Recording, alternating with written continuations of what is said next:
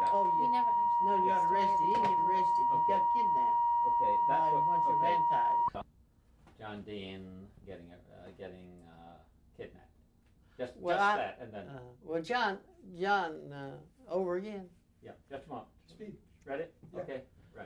John Dean stayed at the organizer stayed at the Russell Erskine Hotel. No, sorry. I want you to start off by saying, "Let me tell you about John Dean getting kidnapped," and then you start. Well, let me tell you about John Dean being kidnapped at Huntsville. We were staying at the Erskine Russell Hotel, and a group knocked on the door, and he opened the door, and they took him out, and took him over the line into Tennessee, to Fayetteville, Tennessee, and left him at a hotel called Pope Hotel. Well, he called back, of course, to some of the people, strikers, and they came over and got him, several carloads.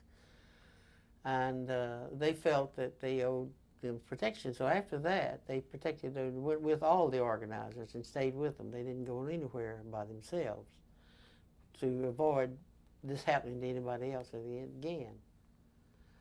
And because in Huntsville, those people, everybody in Huntsville, one way or the other, depended on the mills. And when all those mills were out on strike, and it was 100%, and those people all were militant union people. And anyone who would try to buck them in town couldn't win; they had to lose. So the few people who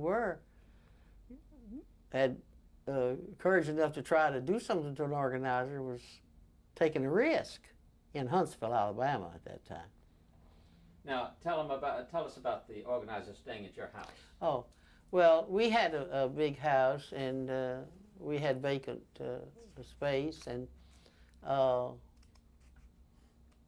where I lived with my sister and her family. And I was always going with the organizers to different places and speaking as a worker. And of course we'd wind back up, so they just stay at our house. And we'd eat with us. And then later on, after the strike was over, the General Textile strike, the union was broke, and they went on half pay. They're supposed to work a week and off a week. Well, of course, they couldn't do that, so our house was open to them in time they needed a place to stay and didn't have room, couldn't pay for a hotel room. And I want to say then, too, they didn't stay in the best hotel. It was as good a hotel, but they didn't stay in high-price hotel. They stayed in cheaper hotels here, and even in Birmingham when they stayed in a hotel.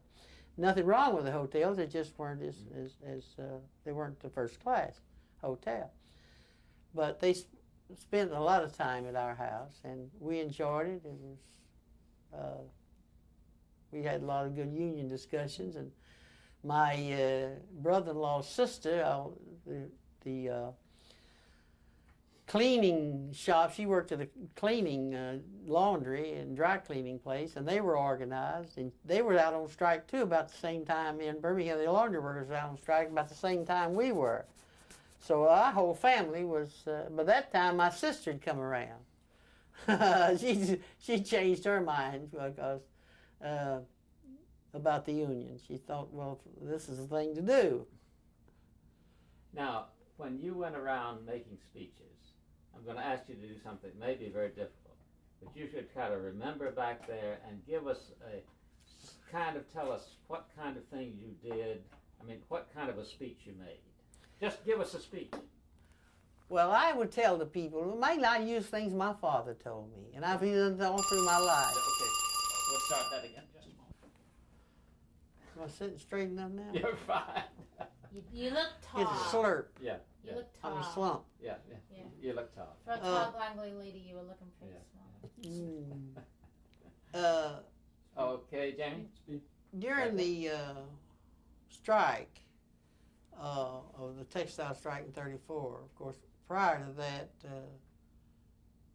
I worked in the mill, and I didn't get around anywhere except in town, but I was active around town with a friend of mine, and we did a lot of work organizing bakery workers. And but when I actually went on strike, I would go along with the organizers to different places, and they'd ask me to talk to the workers. They felt like maybe another worker sometimes can have a little more influence than an organizer who is a paid staff. And I used a lot of the things that my father told me about the union, and I used it to them about making the country a better place, and that everything was organized, and why was it, if it was good for the doctors, and if it was good for the lawyers, and if it was good for the merchants with their chambers of commerce, and even the ministers would organize in the ministerial association. Why were they organized? To take care of themselves. And if it was good for them, why shouldn't it be good for us? Why wasn't the union a good thing? And I always said, there's nothing that doesn't have something that's bad about it or makes mistakes. But I always weigh the good and the bad and see which comes out the best. And the main thing that I like to say to the people, that I didn't know you could take the churches or any other organization, while they might be interested in the welfare of workers as an individual, maybe members of their church or something, but what could they do about it? There was nothing on the face of the earth organized for the purpose of bettering the working class of people but a labor union. That was the sole purpose of a labor union, was to organize and better the lot of working people. And that we were just as smart as anybody else. And I had a lot of people telling me back then, and I'll probably tell the other workers, you textile workers ain't got sense enough to run a union if you had one. And I belied that, because I learned earlier on when it was talking about how people look down on textile workers, or like I said, I never heard the word textile worker till I joined the union. I was all called lint heads or cotton mill trash. But after I went into mills, I learned that there was good people in there, and even smart people and intelligent people. That was the only job they could get to make a living. And as my father used to tell me, no matter what you have to do to make a living, try to do the best you can. And what you have to do. If that's what you have to do for a living, try to do the best you can and look for something good in it instead of looking at something bad. And you'd feel better about yourself. Now, we've heard in some places that textile workers were against unions as though it was something like being against Christianity. Well, sadly, I'm sorry to say that in a lot of instances, especially in the towns where the textile industry dominated the towns, that a lot of the ministers fell under the spell of the company's propaganda. Maybe they were sincere. Maybe they liked the donations, the money they got. I don't. But I used to tell preachers who talked against the union, the more of the money the workers got, the more they can put in the collection plate. And a lot of them they called it the mark of the beast, especially when the CIO was organized. I remember when I was on the staff working with the textile and TWOC, there was a lot of the churches that they had there was a guy in Texas was really fighting the union, Gerald L.K. Smith. And he was on the radio, and he got a lot of, it was, I guess, an organization. How else they could have done it? But he had speakers, preachers in different mill village churches. And there was a certain Sunday they was all going to speak against the unions. And we were all assigned to church to go to listen to see what they said. And the church I went to was outside of Atlanta in a mill village. And it was a church and had a big pot-bellied stove in the middle of it. It was cold weather. And they had an outside speaker who was going to speak that day. And there these people sat, there's cotton mill workers, and most of them just didn't have on suits of clothes. They had on pants and a sweater, and it was cold. And before the meeting started, one of the church leaders, maybe a deacon or something, got up and he said in a mock whisper, now before this, called the man's name, before he comes in, I want to talk to you people because we need to pay his expenses for coming here today. And he said, I would like to make up $100. And he passed the plate, and I don't know how much he got, but here's these people sitting there, poorly dressed, in this church with a stove, probably couldn't afford, but to make up $100 for this man to come to talk against something against the best interest. And it was so sad to sit there. I could hardly sit there without saying something. And he got up and talked against the union and how the union was against business. And here these people sat who worked in these mills for very low wages and poorly dressed. And he was coming there and with a nice suit on. How he could stand up there. And I just, well, I don't have any respect for people like that. Now, could you tell us about the when? Just a second. Okay. Go ahead and talk to her. I'm just going to make a little adjustment here. Okay. When you speak next, I want you to ask about, tell us about the putting that one. You had very few blacks in the mills. You just start off by saying, well, we didn't have very many blacks in the mills at the time. What they did, but you signed up this woman, and no, your boss said. Okay, tell that story. But Her name was Mary. Her name was Mary. Start off by letting us know how few blacks there were in the mills, just as though the audience didn't know anything about that at all. They didn't realize that there was no blacks in the mill. You see. Just a second, let's wait on the side. The practice and Oh, I'm sorry. Just a second. Let us get you up here. I'm sorry. Okay. there's practically no blacks worked around or in the mills. In the Selma Manufacturing Company. I'm sorry, they have to say during 30s and before. During the 30s and No, before. sorry, when I lower my hand. Yeah, start. okay. Ready, James? Mm-hmm. Okay, now. During the 30s and before, there was very few blacks worked in the textile mills, and their jobs were certainly jobs. None of them operated any machinery. They were sweepers or yard people. According to the size of the mill, they usually did yard work or sweeping. The restrooms were usually cleaned at night by the watchman, supposed to be. I never did see much cleaning done. But when we started organizing, my boss said to me, the woman who worked in the section of spinning mill that swept, her name was Mary. And he was talking to me one night, because he was hardly every night passed, he didn't come and chat with me about the union. And tell you the truth, I read a lot, and I brought books with me to work on reading back and forth on the streetcar. I spent so much time on the streetcar. He'd come down and get my book, read it while I was working. And we usually had a conversation about the union. And one night he says, hey, by the way, he said, you going to ask Mary to join the union? I said, yeah. He said, you going to call her sister? I said, yeah. I said, it's a lot better than some of the things I've heard you call her. So the best I remember, I can see them sitting now in our union meetings. And they sat, and although no one said so, they would just sit among themselves. And they sat on their left-hand side of the building, and there in the back. And I believe there's 5 that came to the union meetings from the mill that I worked in. And they were always there. That's always good stuff. Union meetings. Okay. During the strike, were they picketing with you? Frankly, I don't remember. I just don't remember whether picketed or not.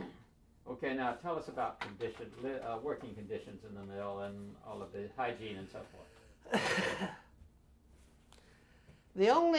In the cotton mills, when I worked in them, fortunately I didn't have to work. I stayed altogether about 6-7 years in the mill. I don't know what happened to me if I hadn't got fired and got out of it. I don't think I'd have been living. But the mill I worked in was a very, very poor mill. It was known as a hobo mill. But the old man wouldn't spend any money. That's what we called the old man. And he wouldn't spend any money to keep the machinery up. It was hard to run the machinery because they wouldn't keep it up right. I might have been a better spinner if I'd had better equipment to work with. I don't know. And it was never cleaned up. And the lint and never cleaned, maybe once a year. They would go over and wipe the dust off of the lights in the top of the building. It's only when it might endanger the running of the mill or the yarn that they seemed to want to correct something that was wrong. They didn't never take the workers' health and welfare under consideration. Because you could always, they were very quick to tell you. If you ever opened your mouth to complain about something, there's the door. If you don't like the conditions you work under, there's more people outside waiting to get in. And they'd very quickly tell you that there's the door. If you don't like what's going on here, there's plenty more out there looking for your job. And some mills may have been, I don't know. At the very best, the mills were a bad place to have to work. And I think later years with the black lung and things. And I believe that all of that was known even back then. But so much was kept from workers. There was nobody that I knew of that was interested in looking after the welfare of any workers, the conditions they was working under. Now, you mentioned that your employer made a speech. Right after it was quite funny. I went to work there in that mill. I was operating when I went there.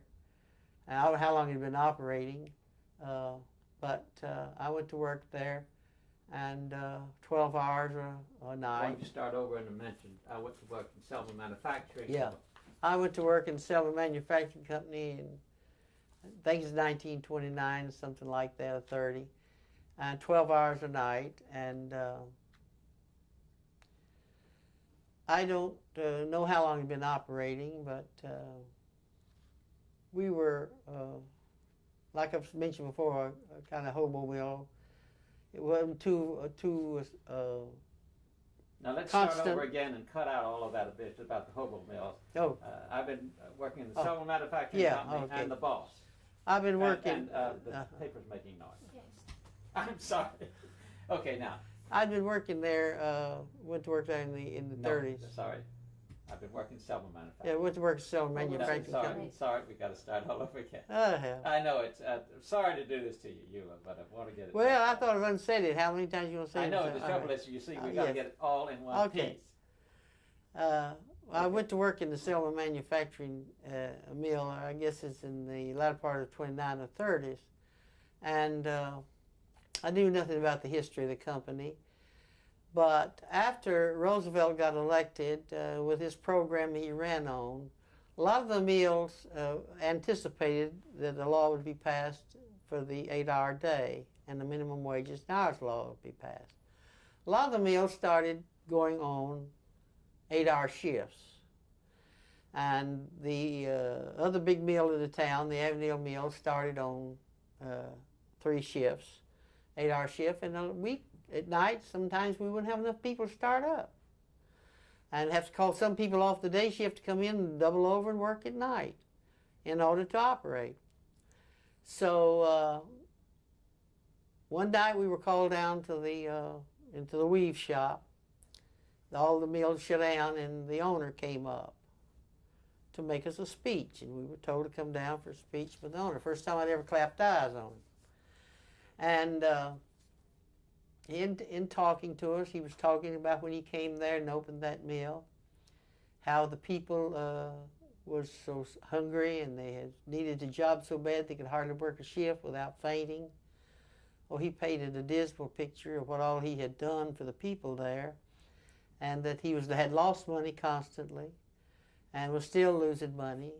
And he says, now, he says, people are quitting and leaving me, and that's a gratitude that they're showing for my efforts in creating a job for them.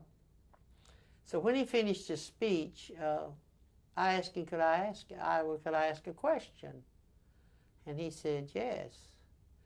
I said, well, if you're telling me that you're operating this mill at a loss and begging us to stay, if you're losing money, if we can get jobs and go somewhere else and work, we'd relieve you of the responsibility of looking after us. He didn't say nothing. He didn't answer me. So it went on up. Nobody else asked nothing or said nothing. Went on back upstairs to the spinning room. Joe come over to me, my boss. He said, are you crazy? He was worried. He knew I needed to work. He knew how bad I needed a job. I said, Joe, no, I'm not crazy, and I didn't want him to think I was either. I said I couldn't stand there and listen to that without saying something. Okay, that's great. Okay. Now, one more thing before we move. You said that the boss, looking back on it now, the boss maybe did you a favor when he fired you because it forced you to go on to do something else. Just looking back on it. After the textile strike was over, of course we lost, and we had no union. We lost our local union. People quit paying dues, and we lost our charter. But I had joined an organization called the Women's Trade Union League, which Miss Molly Dowd, who had been an organizer for a while for the textile workers and later worked for the State Labor Department, she was on the national board of the Women's Trade Union League, and she had helped to organize a chapter here and in Huntsville. And I was very active in it. And they had a convention in 1936 in Washington. And they asked me, the National League called themselves giving a scholarship. And they offered me a scholarship to come, would pay my expenses and my lost time to come and attend the convention. So I asked Joe, I told him I wanted off a certain week. And he asked me why I wanted off, and I didn't tell him. And he said, well, let me know near a time and remind me, and if I can possibly let you off, I will. So he let me off, and on the Friday, I got off on the Friday afternoon. We was working I was working the second shift, 2 till 10. So I had to take off that afternoon because we was going to leave that late that evening, driving to Washington. It was 4 other people besides myself going from Birmingham, and then there was 3 women from Huntsville going. Of course, they were going another way, not with us. But the afternoon that I got off and was going to leave, the newspaper printed our picture and a story in the paper about us going to this convention in Washington, because Ms. Roosevelt had asked us, the delegates from Alabama, to be her guest in the White House. Of course, that made news. It never would have made the paper if she had not invited us to stay at the White House. Well, when I came back, the old man was there, and the office set out a little bit from the mill, and you had to walk around it to get into the mill. And he knocked on the window and motioned me to come inside. And I went in there, and he says his daughter was sitting there. I found out later it was his daughter. He said, I didn't know we had a union here. I said, we don't. And he said, what's this thing you've been to in Washington? And I began to tell him, but his daughter was so interested in finding out from me what it was like to be in the White House, and she began wanting to find out from me about that. That was her purpose being in there. She thought it was great. And he told her to shut up very quick. But anyhow, I didn't get a chance to explain. He fired me. And he did me a big favor, I guess. I'd always had family to support, and I didn't think about trying to quit and look for something else to do. I don't know what I would have done, because jobs was hard to find then anyway. But he did me the best favor that I guess anybody made me get out and do something else. I was forced by necessity to do something else. What did you do? Well, for about a year, I almost starved to death. Not literally, because I had a lot of friends. I was still active in the war, but took on my union work. And some of the members of the league, we did a lot of organizing, volunteer organizing, worked with the union label. I spent most of my days in stores and talking to stores about buying the union label, union-made goods. A lot of the women in these different unions, the men had auxiliaries, and their wives had auxiliaries, and they kind of took me under their wing and saw that I had something to eat. But the main person that I have to give credit for keeping me from going hungry,